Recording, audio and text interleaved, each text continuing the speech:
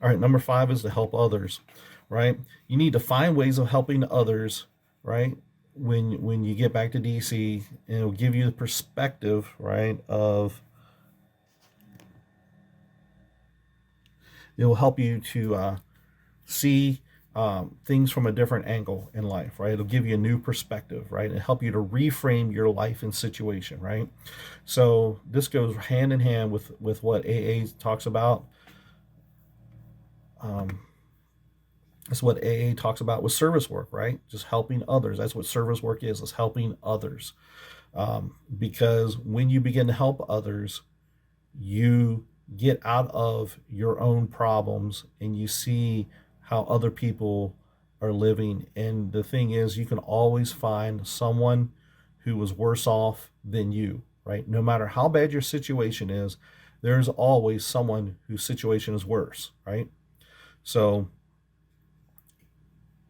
I have 10 fingers, have 10 toes. I think most of you guys have 10 fingers and 10 toes, right? So you might think that your problems are the worst problems in the world, right? Well, I know a guy that's missing a leg, combat veteran, right? I look at him and I'm like, wow, I've never had to deal with that, right? So it gives me a better perspective of like, wow, my life is easy compared to that, right? That guy missing one leg, he can look at another friend that I know that's missing two legs, right? He can say, wow, my life has been difficult losing this leg, but I didn't lose both my legs, right? And that guy who's lost both of his legs, he can look at someone that I know a guy that, not personally, but there's a guy, a combat veteran, that lost both arms and both legs. And he goes around as a motivational speaker, right? And he can say, "Wow, my life has been difficult, but at least I have my two arms, right?" And so that's the power of helping others. That's the power of service work, that we begin to step out of our own problems, right? We get so focused on our own problems that that's all we can see, right? And so whatever you feed grows. If you feed your problem, that problem is going to grow. But the moment that you begin to get into service work and helping others, you're kind of getting outside of yourself and you're putting the focus on someone else. And that helps bring healing to you by helping others, right? And it gives you a different perspective and it helps you to reframe your life and situation and say, wow, you know what? My situation is difficult, but there's someone out there who has it worse than me, right? And so that's the power of helping others, and that's the reason why we should get involved in helping others. Number 6, positive bonds and connection, right? You've got to have positive bonds and connections, right? And this goes right along with having a pro recovery support system, right? You've got to, this is why we have a communication skills class. This is why we're teaching on anger management and conflict resolution. We want you to have the ability to build positive bonds and connections with other people, right? So if you do not have that ability to connect with other people in a positive way, you're going to struggle with your network, right? And so um, you've got to get away from old using buddies, right? You've got to get away from uh, the old ways of living, right? And you've got to learn how to create positive bonds so that you can create a healthy network, right? You can establish healthy boundaries with family members, or maybe reestablish connections with family members that you've lost. This will help you get involved in clubs or organizations that would be healthy for your recovery, right? And so this is just simply having the ability to create those connections with people who are positive, right?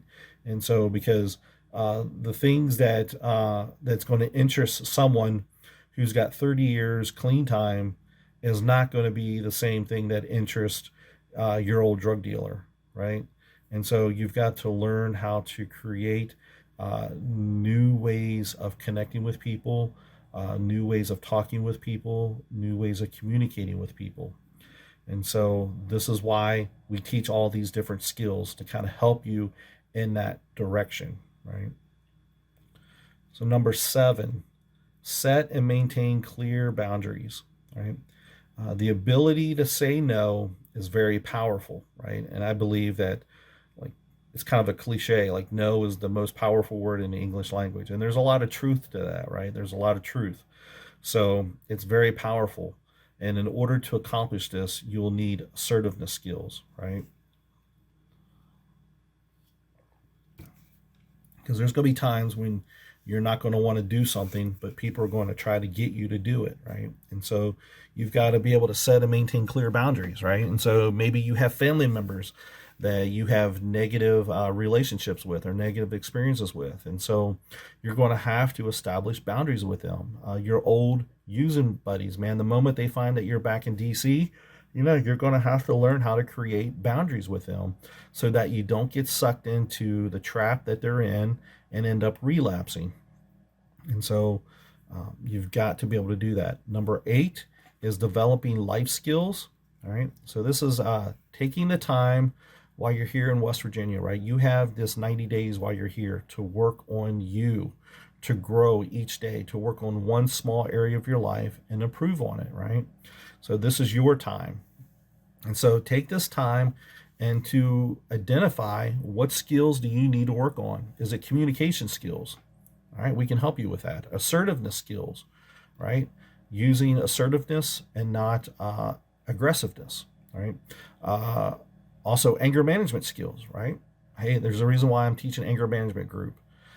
Then also conflict resolution skills, problem solving skills. These are all different types of skills that you can learn that's going to help you in your life, right? And then when you get back to DC, I encourage you to seek out some type of financial skills, right? Um, because you may do pretty good on your own, but when life shows up and life starts to get difficult, you're going to need these skills to help you to push through, right? And the more skills that you have, the more ability you're going to have to push through without relapsing. All right. These skills are necessary when difficulties come your way and will help you to better manage your day-to-day life, right? So, it's not something you can work on here, but when you get back to DC, financial skills, right? So, think about, you're trying to live in recovery. You're getting a job, you're getting a place to live, you're paying rent, you got to pay for your own groceries and things like that. And so you got to pay for your, just different things. And so that's going to put financial pressure on you. And then uh, it's not uncommon for guys to get a couple $1,000s in the bank and then they start thinking about, oh, wow, I got money in my pocket. Now I can go out and really have some fun, right? And so by developing financial skills and improving on your financial skills, you're going to be able to better manage that and kind of better prevent a relapse in the future. And then number 9 is patience, right? You need patience to live in recovery one day at a time, right? Flat out, right? I remember 23 years ago, my wife and I, we got married and we moved to California. And one day I was talking with my boss. I'm like, hey, today is our 1 month anniversary.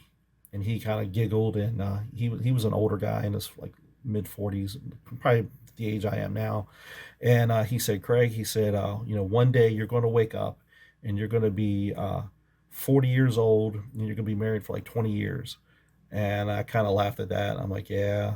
And so one day I woke up, man, here I am. I'm now in my 40s, right? And so, um, we all want to be that person with 10, 15, 20, 25, 30, 40 years of recovery, right? But the only way you get there is one day at a time. And so you've got to have patience, right? Got to have patience. A lot of times clients get here and they're like, oh my gosh, 90 days is way too long. I can't possibly stay here for 90 days, right? Or I'm ready to get back to DC, right? I'm ready to put all these skills into practice, right? And but you just need to slow things down, right? You need to slow things down. And one thing I'm going to tell you is that we've had clients, that have gotten stuck here for various reasons, housing shortages, COVID, and different things like that. Guys have been here for almost 6 months, right? But no matter how long you're here, whether it's 30 days, 90 days, 120 days or 180 days, there's going to come a day where you leave this mountain, right? And you're going to look back and say, it might seem slow in the process, but once it gets there, you're going to say, wow, that actually went pretty fast, right? And so That's just the power of one day at a time, one day at a time, one day at a time. It may not be fun in the moment. It may seem like it's going to take forever, but I guarantee you one day will come and you'll be pulling off the mountain with Marshall and you'll be like, wow, that really did go fast, right? And so don't lose your focus on your recovery by focusing of having 10 years clean time or 5 years clean time or 2 years clean time, right? Stay in the moment, focus on right now, right? And so be patient. And so what do you need to learn today to help you to make one change today? What do you need to do right now in this group to help you to make one change today, right? So stay patient with it. No matter how difficult it is, just remember that there's power in patience.